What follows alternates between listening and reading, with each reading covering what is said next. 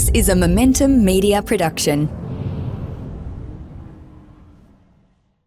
Investing insights with Right Property Group, exploring trends in real estate and helping property investors gain financial security. Okay, everyone, how you going? Phil Tarrant here, co-host of Investing Insights of Right Property Group, with my co-hosters, the brains trust of this operations. We've been at this now for many, many years. Victor Kumar, Steve Waters, directors, Right Property Group. Gents, how you going? Going well, mate. Yeah, Phil. Yeah, a couple of long weekends back to back. Rejuvenated, re-energized. It feels like this period through April, if it sort of aligns, it's great.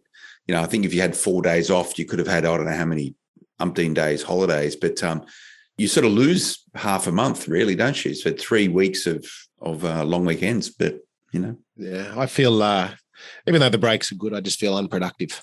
Yeah.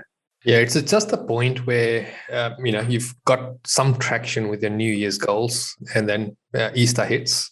And then if you take your 4 days off and go into Anzac Day with long weekend as well, you're right. It just takes the momentum totally out of the mix.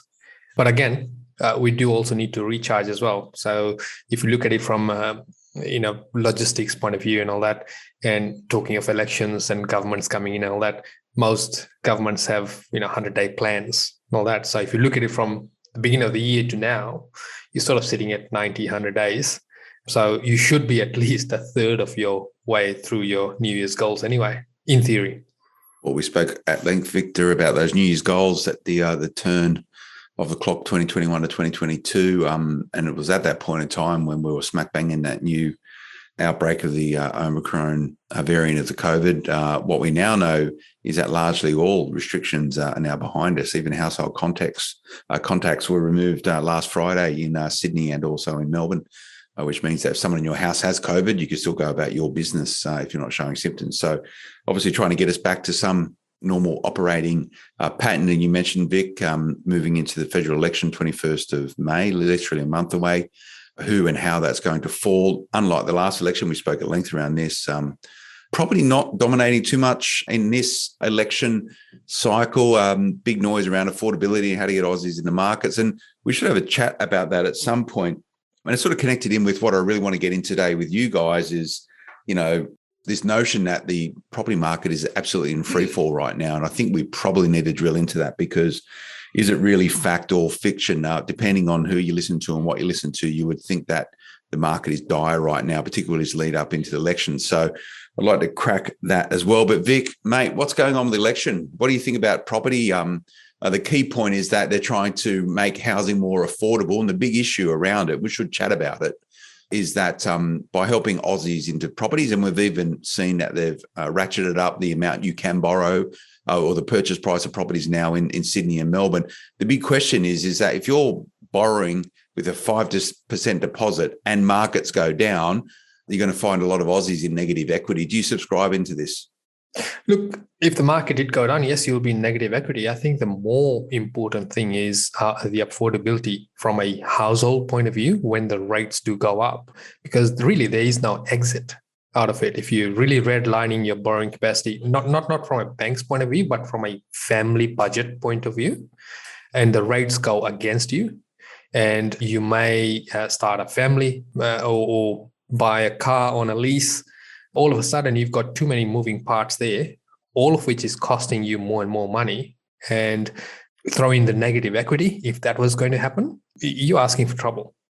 Yeah, and I don't like to think that a lot of people may find themselves in that situation simply because you're not going to be able to control what happens to property markets moving forward. And we'll get into that, whether or not they are in free fall or not. But it is it's a sensitive policy. And I can see why the government is saying, well, this is our way into it. But, just because it's available, I wouldn't be ushering as many people as possible into this notion of home ownership, where we've probably got to change our mindset that maybe we're going to have generations of renters moving forward, Vic. Yeah, I agree. Look, we tend to get this every election time, right? The housing affordability rears its head up because it resonates with the general public. But really, there's nothing that really is done to make housing affordable. Because at the end of the day, it comes back to supply and demand, the ease of getting money. Yes, there are schemes like the first homeowners grant, the deposit scheme and so forth, but the market reacts accordingly. So if you had 10,000 as a first homeowners grant, automatically the market jumps up by 10, maybe 20K, pretty much the day it gets announced. So there needs to be a better, well thought out process. And one of the things that has been bandied around, which sort of has been shoved onto the back burner, is the stamp duty situation in most states. And I think that would be a far better approach in that sense, because that when you look at it, that's a big cost in itself, right? But we need to acknowledge that we are already in a major housing crisis from a supply point of view. And regardless of what you throw at the mix, unless we substantially increase the supply and make it a lot more easier for people to get into property ownership, this problem is not going to go away. And in fact, Steve, you'd recall with you and me doing substantial renovations, many renovations over the years, one of our favorite things is actually ripping up the carpet and finding those articles that are slotted in underneath the carpet as padding, where even back in the 70s, they were still talking about housing being unaffordable and how the next generation won't be able to get into a property ownership. But guess what? We all did. Well, it was even back further than that. I think we saw the latest one was back in the late 50s, the same argument on the daily newspaper, how our kids going to be able to afford their own home. But what's interesting in today is, and we've touched on this a few times, whether it be via the podcasts or the Facebook Lives, et cetera, that the government of today, and whether the government of tomorrow, whether Liberal or Labor, are in a checkmate position. They're damned if they do and they're damned if they don't. We've talked about the reason that we are here today is because of those levers predominantly back in 15, 16, 17 being pulled via APRA and investors not having the ability to purchase, therefore supply accommodation, even though the intent was there and the ambition was there, but we just couldn't borrow as much as we could today. Now, I'm not saying that we should have this free flow of credit, because that leads inevitably to boom periods, and that's not healthy for a sustainable market. But as you touch on, somewhere in the middle is the happy ground, and it is a supply and demand scenario. Australia is very closely tied to residential real estate and the wealth effect that follows onto that, which propels local and the broader economy as such. So it becomes, well, how do we loosen supply? How do we cut red tape, rezone land to have the ability to be able to build and provide more accommodation? Now, some would argue that excluding Sydney, the other states and territories have the ability to keep expanding out via open greenfields, as we refer to it. But you still need to eradicate the red tape that comes along with opening up new plots of land, not just by one or two, but by tens of thousands. Then we have the other problem, even if that was to be gone tomorrow and the transition into opening up these new tracts of land became more apparent, where do we get the materials from? Where do we get the labor from? Where do we get the funding from? So this is why it's a checkmate position. It's extremely unique, the predicament that we're in. But the bottom line is that rents are going up. Tenants will have to pay more money, and we've all been tenants at one stage or another. In fact, Phil, you're a tenant now. Watch your rent go up. It's a funny story about that. Wait, you were so impressed you bought the company. So it is a checkmate position, and it's a position that is not going to change overnight. It is here to stay for, I believe, minimum 3 years, that we're going to have this accommodation crisis. And to some degree, that's going to underpin the value of the asset as well, just from that commercial filter. That's the important point, Steve. And when we're talking about this in the context of the property market with the election, which is an immediate thing that be all sort of concluded probably in a month, we know who's going to be in government. But whoever that is, they're going to be the steward of a pretty interesting time for Australia, hiking inflation, this ongoing affordability crisis, unemployment at the lowest rate it's been for years. It's like tough for employers to get people. Housing shortages, supply chain shortages, labour shortages. Yes, we're moving, and let's be frank, the economy is in pretty good health at the moment, and that should continue over time. But there's a myriad complicated, individual but interconnected challenges there that's going to make it tough to make the call on how they go about sort of building out the property markets. Interest rates, Steve, I was on the ground, and I like to get on the ground on Central Coast over the weekend, and I actually went into the Wyong RSL Club for Anzac Day to get a bite to eat there, but I had a good drive around the Wyong area. There's a whole trunch of new greenfield sites there out through sort of Warnervale. So there's still a lot of land to go. They can't build this stuff fast enough, mate. And you see it's all provisioned, all the roads are in, but there's not a lot of houses going up. And I say that's not because there's not people there that want to buy them and build them. I reckon they're struggling to get the builders in there. And we also see, and this is a big issue, Vic, to your point around the housing crisis. All of these builders who have been around for a long time are all going to the wall purely because of these contracts that they've set some time ago, and they haven't factored in necessarily. And who would have thought that the hike in building materials as it is right now? So where do you start and stop with this? It's intriguing. That the only point would be, this is a podcast for property investors. If you are a property investor, there's a lot of pressure for people to rent your properties. And there's also, therefore, and the government's going to inherit this upward pressure on rents as well. So as a property investor, you're probably not in a pretty bad place with all this, irrespective. Yeah. Every time there's a crisis, there are winners and losers, right? And usually people that hold and control the asset are usually the winners. Yeah. And history has shown that many times through the multiple crises that we've seen over the last 20 or so years. On the back end of every crisis is an upside for those that do control the asset in a very effective way. But as we move forward, just coming back to your point, and the interconnectivity around policy, materials, supply and demand, funding, and the list goes on, really brings to the surface what I believe one of the most challenging scenarios that has been seen in generations. Like really, really is. And even not just on the upside, like there is a whole cohort of borrowers out there that have never seen a rate with a 3 in front of it. No. And they will experience that. Like we can't deny that rates will go up. In fact, I think NZ just put theirs up by 50 basis points. Yep. And Westpac's come out today saying that they reckon by June that there'll be 40 basis points increase. It's going to be a rude shock to a lot of people, but still that only takes us to 0.5%, right? Yeah. So let's keep it in perspective here. Let's put it in perspective. Yeah. But also with as investors, and we're seeing the escalation of our income being our rents, that spread between the cost of money and the gross yield will stay predominantly the same.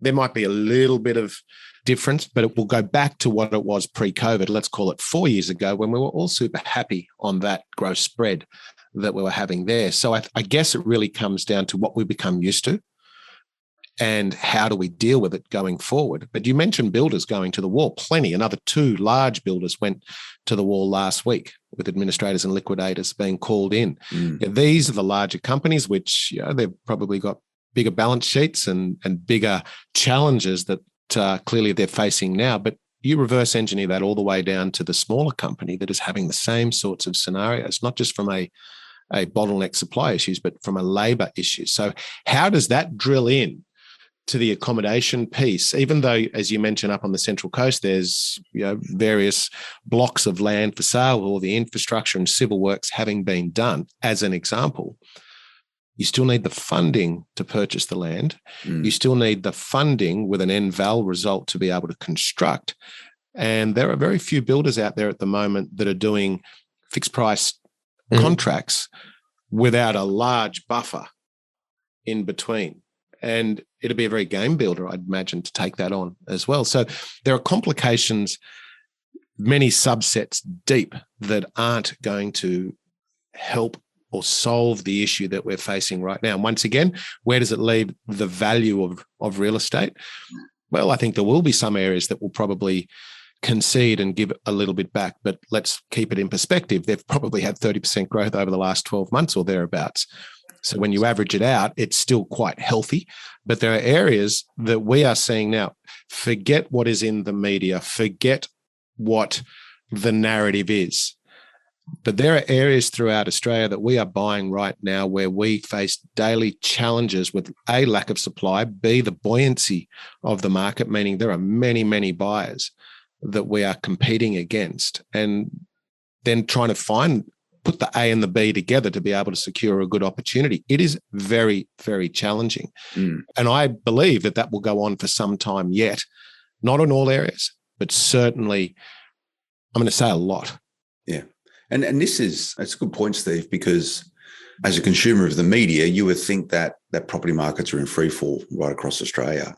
There's not a lot of people talking about what you're talking about there by saying, hey, look, no, that's not actually the case. Now, mid to longer term, there may be challenges, and you spoke about developers there, and if I were developing right now, I'd probably be a little bit concerned. The fact that you don't know what's going to happen with the price of funds, you don't know when you're going to be able to complete your build through labour shortages and or whether or not you're going to be able to get the materials at a reasonable rate. If you're building for the purpose of holding on, you're probably okay. But if you're building property for the purpose of selling it off the plan or prior to building on the hope that you're going to get a valuation uplift at the end of it, I'd be really concerned at the moment. And I reckon there's a lot of people having a lot of nervous, sleepless nights considering what those equations look like. I don't know from your end, Vic, whether or not many of your clients are doing even sort of small develops, like, whether it's duplexes or three or four townhouses. What are you seeing there, mate, as a strategy at the moment for making money in property investment? Look, most developments have been paused if they haven't started, because the cost, you can't define the cost 100%. There's going to be escalations, and it's going to take longer to build as well. And if you come back one and talk about off the plans, we've been always on record to say off the plans aren't a good mix in the portfolio, especially if you're totally reliant on lending to be there once the product is finished and for it to value up. But we've now got a new problem.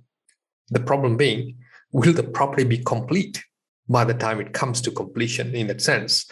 And if there's change in circumstances, in your circumstances, or if the builder had to cut corners, legally to be able to complete the property, is the value going to value it?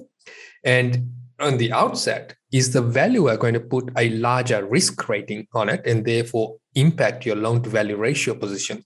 So there are too many moving parts and too much uncertainty in doing an off the plan property. There is more likelihood that it'll go against you as opposed to for you in terms of the end product and the end value. And this is where, in a market like this, when you've got these challenges being thrown at you, you need to take a long, hard look at the strategy that you're employing in your portfolio. And certainly it may mean that there is a little bit of adjusting in terms of the strategy, and not to follow blindly through with a plan that's been set, say, a couple of years back. You need to constantly review it to look at what you've got on your plate today, and what the local environment and the global environment from a property point of view and finance point of view is bringing to the plate, to then adjust accordingly.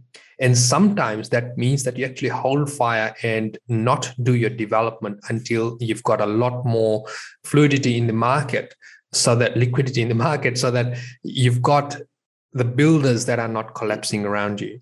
Because like Steve said earlier, you've got the bigger companies collapsing.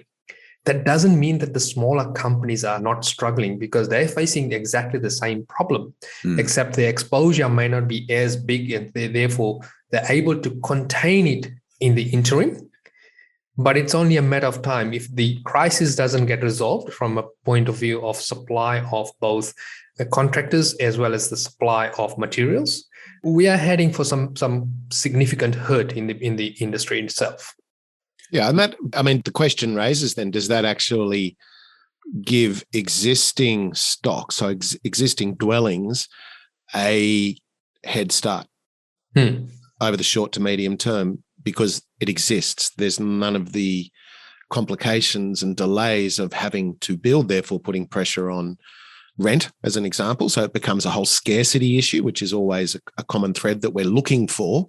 Very interesting times. And in fact, contrary once again to what the media is talking about, according to re.com, that days on market generally average across the country is around about 33 days on the market today, which is a little lower than what it was this time last year. So, but if you were to buy into the media narrative, and I'm being quite pointed here, I guess, that Armageddon is upon us. So what it means is either the stats are wrong or people are jumping in before they can't jump in. And then if I circle all the way back to the first homeowner scheme or the deposit scheme, the government now has a vested interest in the dwelling. Therefore, they got their skin asset. in the game. It's great news. Great news for property owners. Correct. Because the government. Therefore, the asset. Therefore, they've. Are they saying, well, you know what, we've got 5% in the game across how many tens of thousands of properties? If it falls, they got 15% in the game. They got 15% in the game. Sort of correct. Right, so if it falters, do we just wear it? Do we cop it on the chin and say, well, we did our best, or is it like now we have a bigger vested interest to support the real estate? I think the answer has to be yes, industry. Steve. And this is one of the criticisms of the Australian economy, is that it's got these structural components of it which are inherently linked with the performance of property. And all they're doing really by doing this is exacerbating. They're doubling down on their bet. 100% that. And not only that, how many layers do you want to go deep, from the deposit scheme through to the delivery driver of the white goods, to the white goods sellers, to the painter, to the supplier, all the way down. As I mentioned a couple of podcasts ago, we now ride on the tin and cement roof tiles of Australian residential real estate. That's the large part of the economy. And the government will protect it, because that's where most Australians hold their wealth. And the last thing you would want for property being free fall, and therefore people's wealth being in free fall. Family balance sheets are the strongest they ever have been as a result of COVID. People are more ahead on their mortgages than at any time before. And if you dig into those numbers, you're quite surprised how prudent Australian borrowers have been. I think Australia's LVR is like 32 or 33%, right? Like there's a lot more money owned in equity than what there is in debt, or $7 trillion or somewhere or other, right? So you hear these headlines and you think, if you want to be Chicken Little, that the sky's falling in. Well, it's still pretty stable. And the fact that the government has played this hand, doubled down on the fact that they're intrinsically now invested in the value of Australian real estate, because the last thing they want is Aussies in negative equity, having to sell properties and blowing their dough and having to go bankrupt, right? It's the last thing they need. To the point, and it's really an important one, I think, Victor, is that you're saying that a lot of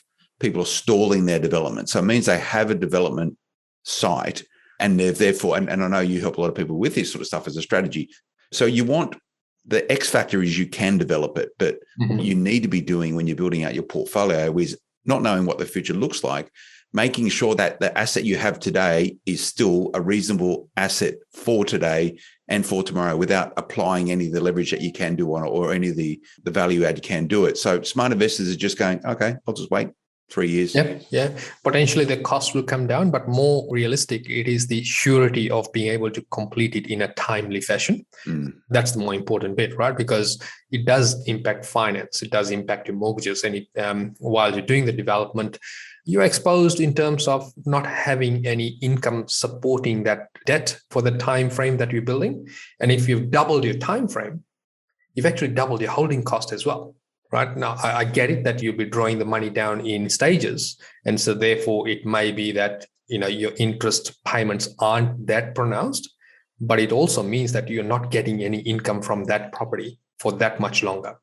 And no tax advantages as well. Yeah, true. So the question then, Steve, why are we led to believe that the Australian property market is in free fall? And there's a lot of examples that they keep pulling out, most of them sort of in a city, Sydney and Melbourne, saying, hey, this property 4 months ago would have sold for $150,000 more. Now it's at this. And these are the properties making the headlines.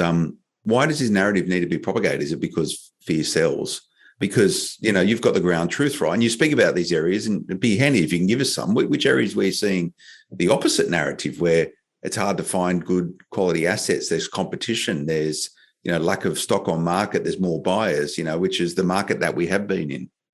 Well, the easy and short answer to that is you've got Queensland doing extremely well. You've got Adelaide doing extremely well. You've got parts of Perth doing extremely well. You've got regional areas throughout Queensland, Victoria and New South Wales doing extremely well. So the generalization, I guess, in terms of the narrative is very easy to just spew out.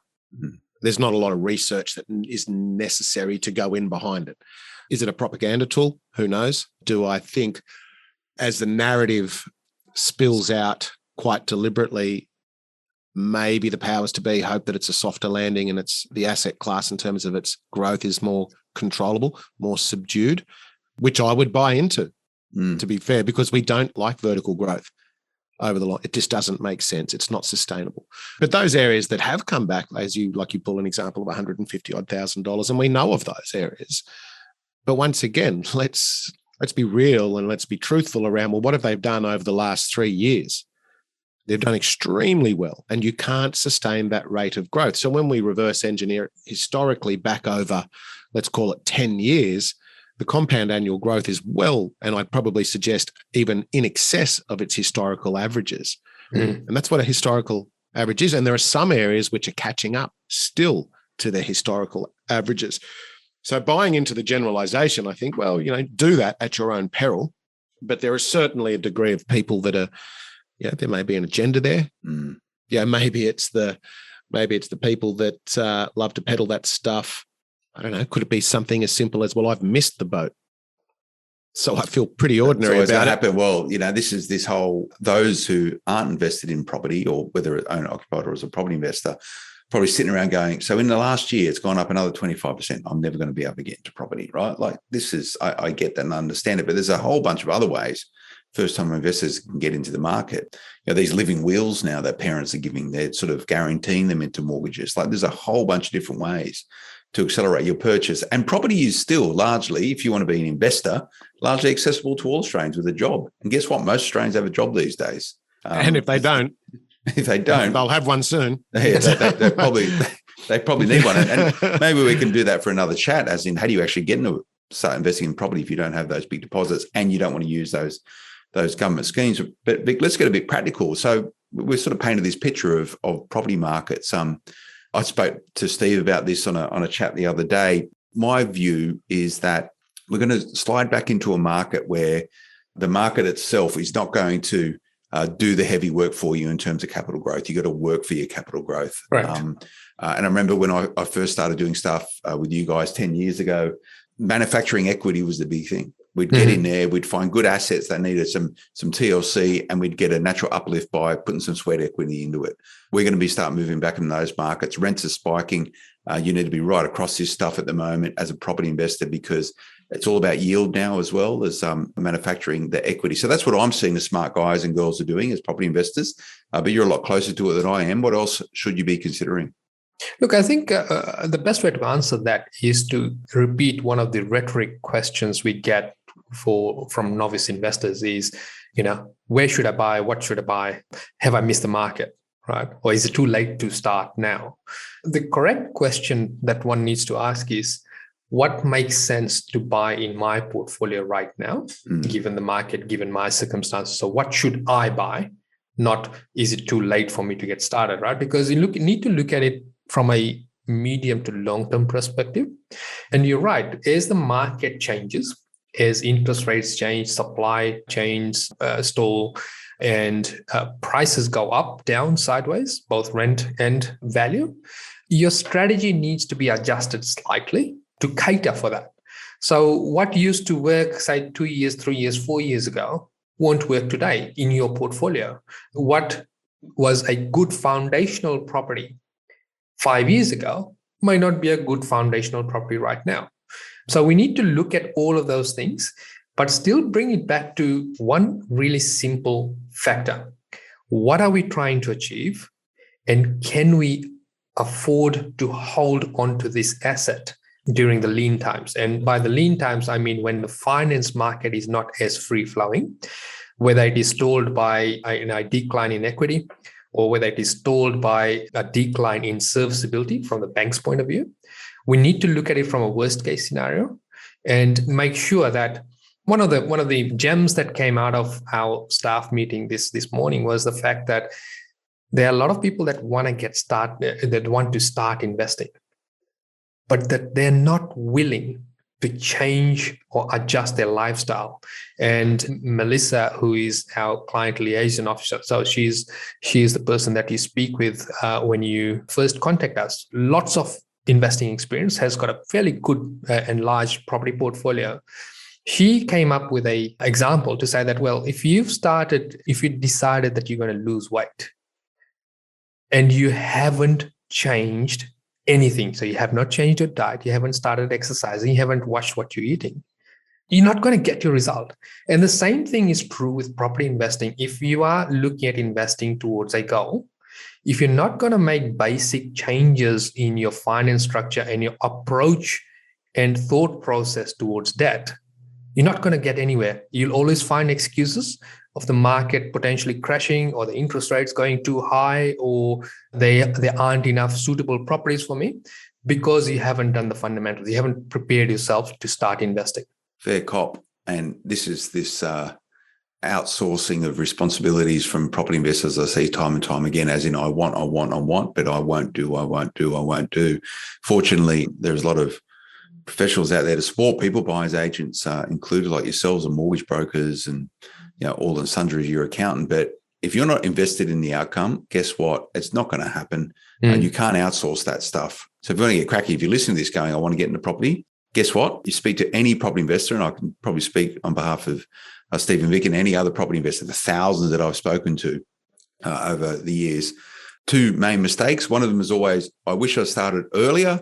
And the other one is, I wish I did more when I could. And I think everyone falls into that bucket. So, I think everybody does. I do. Vic does. Mm-hmm. You would.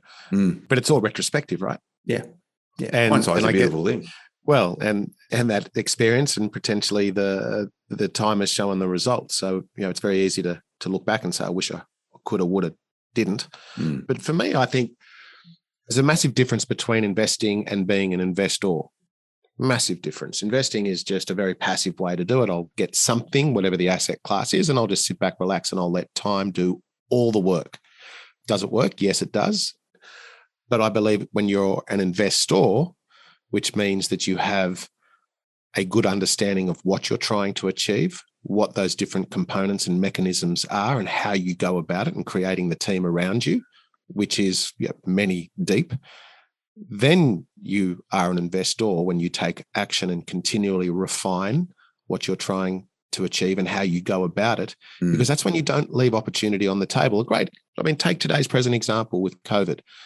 If you were an investor, as COVID initiated and started to become apparent that we weren't all going to, die within the first month, investors took stock. They doubled down. They saw an opportunity.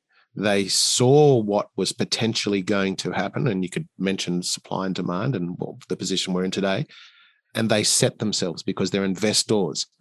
Investing would have been chasing the market because of everybody else's result. Well, I just better get into it, rather than without any solid concept or plan to evolve. And everyone can be an investor, and it's never too late. Never too late. And property, the good thing, property is a lot more forgiving than other investments if you have the robustness in your personal situation to weather market cycles. And you see these stories now of people betting on Netflix over the last couple of months and blowing billions of dollars, as these things just lose a couple of little tweaks here and there, and they start losing massive amounts of their value. So fortunately, as we've spoken about in this podcast, the government has always been, irrespective of who that government is, highly invested in real estate in Australia, and that is a forgiving thing. Our financial system is largely built around how you borrow money against real estate. And we have this great thing called leverage, where banks lend you part of the purchase price, and another great thing called negative gearing, which can be a great utility for people when they're starting their investment journey. It's pretty hard to always be negatively geared as your property gets bigger and rents go up, and we go through cycles that there are right now. But that's just a natural outcome. That's also the whole argument around, say, last election with the Labor Party wanting to rid the negative gearing benefits. An investor doesn't want a negative gear. That's not the outcome. That's not the goal. The goal is to be completely positive, unencumbered. where the negative gearing component doesn't work. Something just came to my head though. I wonder if we took on an American-esque model around a component of their finance with 30-year fixed rates. Could that be a component to encourage people to get into the market because they know for 30 years they're set. Stability. That's their stability and their biggest outgoings. It actually surprises me. I'm sure there's but who's going to lock in a rate now at 5.5%, right? Yeah, but what about if you did it a year ago, 2 years ago? You know what? I reckon there would be a hell of a lot of people that would lock in for 30 years at 5.5%. You would, wouldn't you? No. I'd probably do it just for an experiment, some. Yeah. Like I'm just coming, like I've mentioned 100 times, I'm just coming off 4.99 fixed on some. And the rate's on the way back up. Yeah, I know. But you know, I was having this conversation over the weekend with myself, as I do. Saying, well, okay, so I'm going into a variable of whatever it is, 2 point something or other, 2.8, 3.1. I was extremely comfortable at 4.99. So eventually it may get back up to there, but I'll reap the rewards of the lower rate to begin with. But if we had a 30-year fixed rate, I would hazard a guess, take a punt, have a bet that a lot of people would take that on. But the thing is that also, and a lot of people who are tuning into this, you know, I speak to a lot of property investors. I've got a particular mindset. I associate myself with other people with a very similar mindset. People that tune into this have a very similar mindset. A lot of people, Steve, still think the great Australian dream is buying a house in the suburbs and paying it off. And I'm sure they would take 30-year fixed mortgages. They just go, okay, that's what I'm supposed to do. And it's quite funny. You must see it all the time where there's a light bulb moment for people to go, oh, hang on a second, I can actually own a property, but then I can also invest in property. Yeah, I can do both. Money, I can do both. Who would have thought? But there's a couple of social media groups, that I am not a part of, but just you're an agitator in. No. He's a lurker. I'm a lurker. Lurks in the shadows. Yeah, and they're not. They're an investing social media page across all things and budgeting and bits and pieces. And I see some of the advice. Yeah, someone will ask a question, rightly so, because that's what the group is for. But then you'll get 100 comments on what they should do from Jack, Jill, and whomever else who you know nothing about, what their qualifications, what their experience. But some of the advice that I see, or opinions perhaps, is just so wrong. And this is a almost group criminal. And this is a group with, I think there's like 250,000 members. It's a really, large, really dangerous. Right. Well, you see, ASIC now is clamping down on these finfluencers, these financial influencers who are all got these big social media followings, and they're making recommendations of how people should be going through wealth creation. And a lot of them don't have the required licensing to do that. You've got to be really careful with this stuff.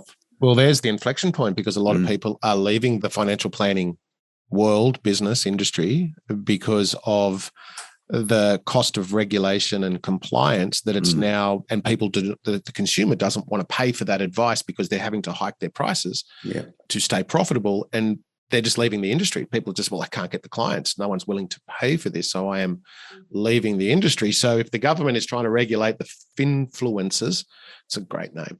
Influencers. And wanting... What, are you a propfluencer? No one's put a monkey around. It's a real influencer. No. But I still, actually, I was going to mention one of my great ideas, but I won't. But so who's going to give the advice at the end of the day if there's nobody within the industry to do it? This is it, right? But then people can just go and invest in crypto, and there's plenty of people flogging that stuff at the moment.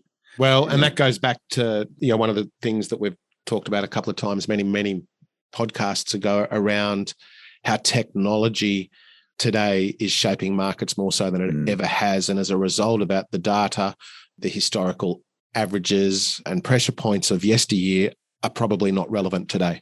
Yeah, agree. Then throw in what we've just experienced around COVID and how it's changed the world, more so that some of those data points and historical moments are irrelevant.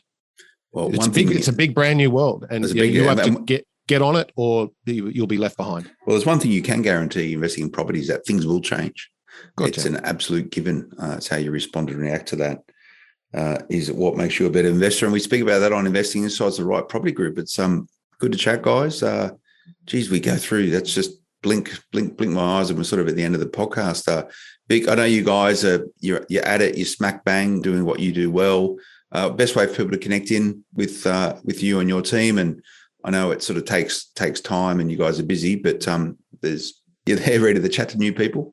Yeah, absolutely we are. And also we are expanding our team. So if you're wanting to join an elite company, send your resumes to questions@rightpropertygroup.com.au. Our business manager, Kate, will be in touch with you. You have to be a property investor. You need to have a few portfolio of properties under your belt to join our company. And there are quite a few positions open at the moment. What are you looking for, Vic? What sort of people? Because I know that the property advisory, there's a lot of different skill sets inside of it. Correct. Yeah, and we will coach and train the right persons or right people to the position in itself. And you don't need to be based in Sydney. You can be anywhere, and send your resumes in. So questions@rightpropertygroup.com.au. If you wanted to have a chat with myself or Steve, obviously there is a bit of a process. You need to have a chat with Melissa first. She is an accomplished property investor. And what she does is help you get ready so you get the best out of mine and Steve's time. You do get to speak with us directly, but there is a bit of a process to get you ready so that we can give you pertinent advice or pertinent recommendation in terms of what you need to do to get to your goals using property as a vehicle. Sounds pretty good. Next time we get together, we may be able to do a post-election wrap-up. Who knows? Who knows? Well, we deliberately haven't, via the podcast or our Facebook Lives, really talked about the budget quite deliberately because we don't know where the ball will drop. That's so close, from budget to election. And I see ScoMo's out there campaigning hard. As it sits right now, Leader of Opposition, Albanese, is locked up at home with COVID. But I do note he was a property investor, and there was some glowing reports about him as a property investor in the papers over the weekend. I don't know if you saw it, saying that he dropped his rent by 25% at the start of COVID for someone who was a small business owner and left it there. So I wonder if he's going to revise that upwards. Only after the elections. Smart PR move. We'll see. But that's Victor Kumar and Steve Waters, directors at Right Property Group. Gents, thanks for your time. Remember, go check these guys out, rightpropertygroup.com.au. We'll see you again next time. Until then, bye-bye. The information featured in this podcast is general in nature, does not take into consideration your financial situation or individual needs, and should not be relied upon. Before making any investment, insurance, tax, property, or financial planning decision, you should consult a